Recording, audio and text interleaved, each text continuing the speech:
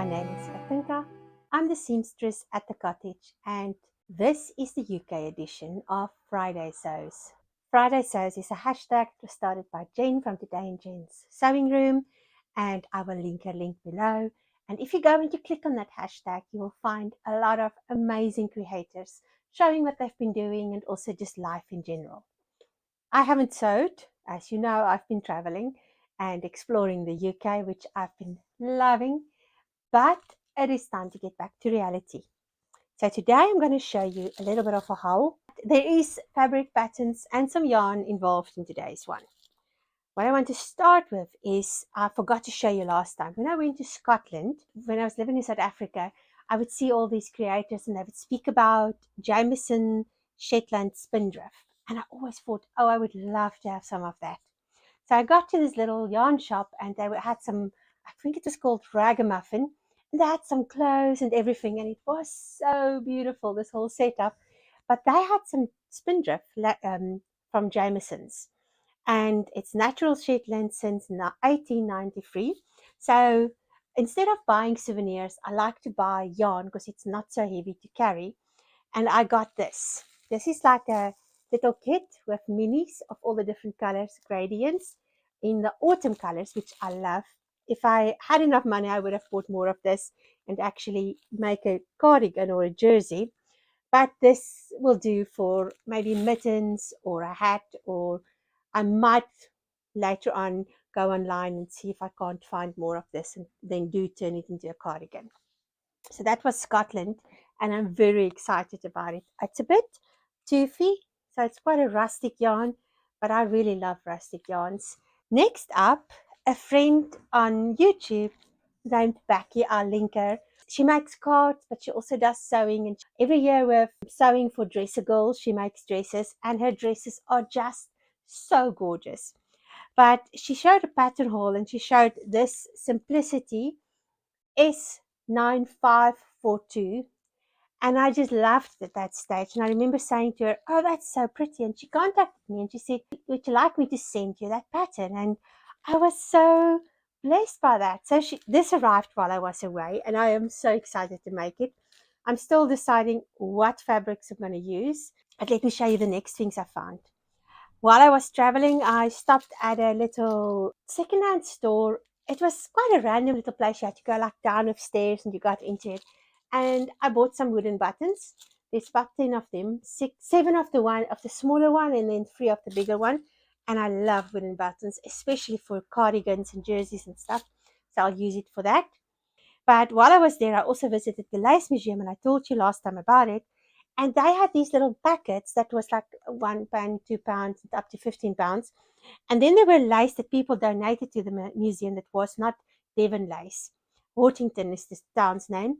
But there was this one packet that had this little collar in it. And this is the type of lace that they actually had in the museum. This is a machine made, but it's still quite old. And it is synthetic, but it's beautiful. I would say this is from the 1960s. And it's just so beautiful. But this was the lace that actually had in display cabinets as well. And then there were this piece, which is also, I would say, about 1960s, yeah, 50s maybe, and also very beautiful. I just love it. And then in that packet was this. Now this is cotton, and this type of lace, if you have to buy it now, is quite expensive. So I actually got the whole packet with all of this in for £5, which I was really chuffed about. And of course, I had to get a lace bobbin. But yes, I love that. Then I actually got some brochures. When I was traveling, as I see something that would interest me, because you usually can see them from the road, and I would see like a building or a garden, and I think, oh, I want to see that. Or I would see a sign up somewhere, and then I would just follow the sign. And I got to Afflimpton Home, and it was just beautiful. It had the most incredible gardens that I have seen up till now. And there's a map of the place, and I did a tour of the house, but I also did a tour of the gardens, and it was amazing. I literally spent about 3 hours there one in the afternoon and just walked through and looked at everything. It was just So awesome. And then there was some pamphlets with the lace, and Hossington lace is a very fine English handmade bobbin lace which has been made in east of Devon area. And it's called that because it was the town where it was made from, and it was first mentioned in the 17th century. And they actually had lace from the 17th century that was made there, which was incredible. I also went from there, I went to Minehead. Now, Minehead, I've never even heard of it, but apparently it's quite a well-known city. And my friends literally lived on the harbour wall. And it was just so special. You would wake up in the morning and the sailboats would come past and you see the fishermen going out. And the harbour was literally next to, I could see it from my bedroom. I actually took some photos, I'll put them up as well. And you would see the tide coming in and going out. And when the tide go out, the boats will just lie on the seabed. And then when it goes out in again, they're up the same height as the wall. It was amazing. I loved Minehead. We did proper walking around and looked at everything. And then there's this coach. It's the Exmoor coaster. And it's not expensive. You can literally, you get on it, and I think it was like £2, and you could go through the whole line that it goes. And it starts in Watchet, I think. Yeah, Watchet.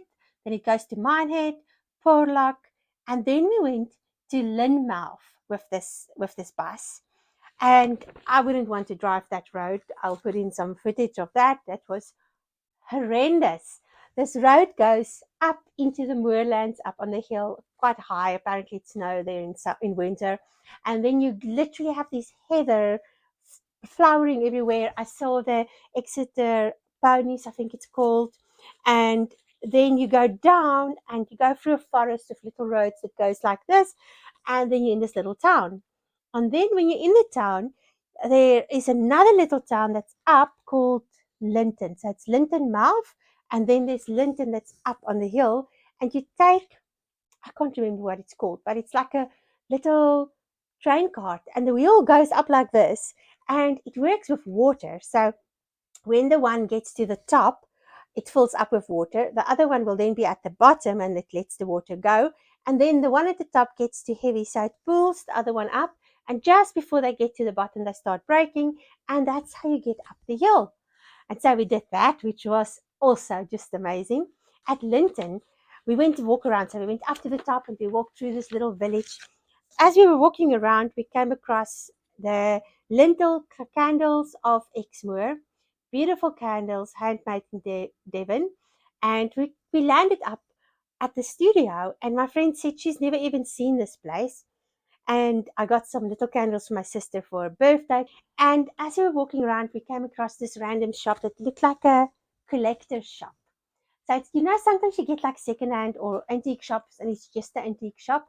But this place had collections of stuff. So like the striped blue and white jars, I can't remember what they're called, and like glass. And there was some wool and yarn things. And then record players different from different eras. And it was just so inspiring. And there was this lady running around and said, well, I'm just going out. I'll be back just now. And her husband was there. I came across this basket and it had skeins of wool in it. And so I started going through because I realized it's a good quality. You can feel it. And it's called Devonia, is the one part. 50% Exmoor Blueface, 30% Blueface Leicester, and 20% Luster breeds.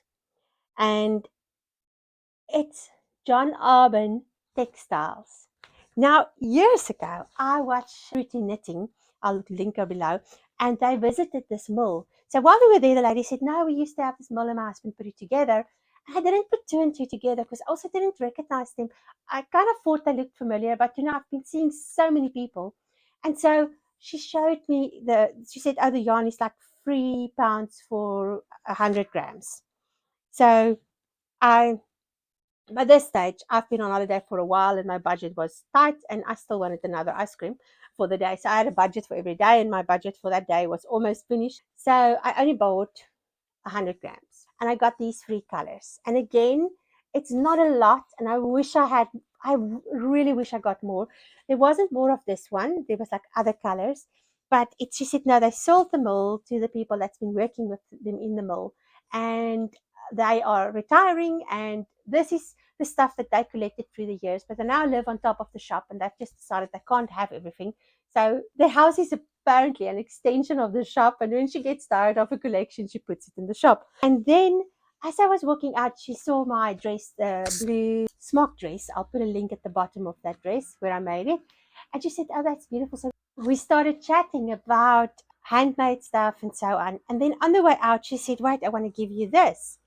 And she gave me 2 annuals of JohnArbonTextiles.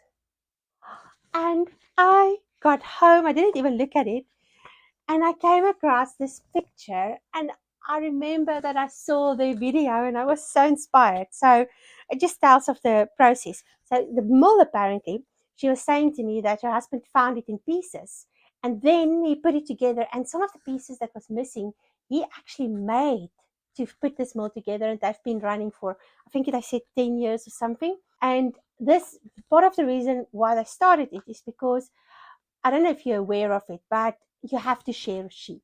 If you don't share sheep, they can actually die.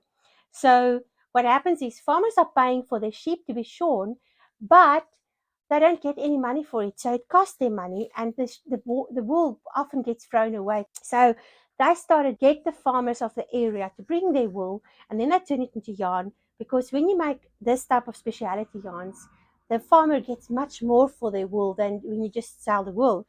And I started this business. It was so incredible to almost, I would say, like meeting my heroes in the wool industry. And I didn't even realize it. But yeah, I was really chuffed. So I got some yarn at this place, and then she gave me these 2 annuals, and they're just so beautiful. And there's this one girl that I sometimes watch on YouTube called Katie Green from, I think it's Green Bean Knitting. I'll also put her link below. And I remember in one of her videos, she showed how she was busy drawing. She's an illustrator, how she was busy illustrating for this annual. She just showed it, and I opened it up, and here it is, her drawing. So yes, I've been so inspired by this. And then from there, the next day, I went to Dunster Castle and Gardens, and even that was just such an experience. So you always see these castles in fairy tales, and you think, oh, that's so cool. This place was a fairy tale castle. The gardens there were also unbelievable. They have volunteers working there, and it's so big. I mean, it took me the whole day to walk through. My friend said to me, you need to take your time and just go and explore. And I had a ball. So when I drove past there on my way to my friends, I saw this tower on a hill before I saw the castle.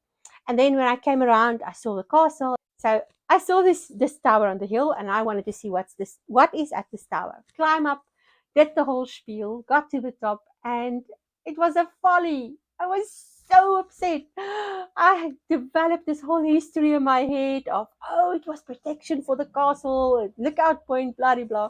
A folly. I still don't get the point of a folly, but apparently it was a thing.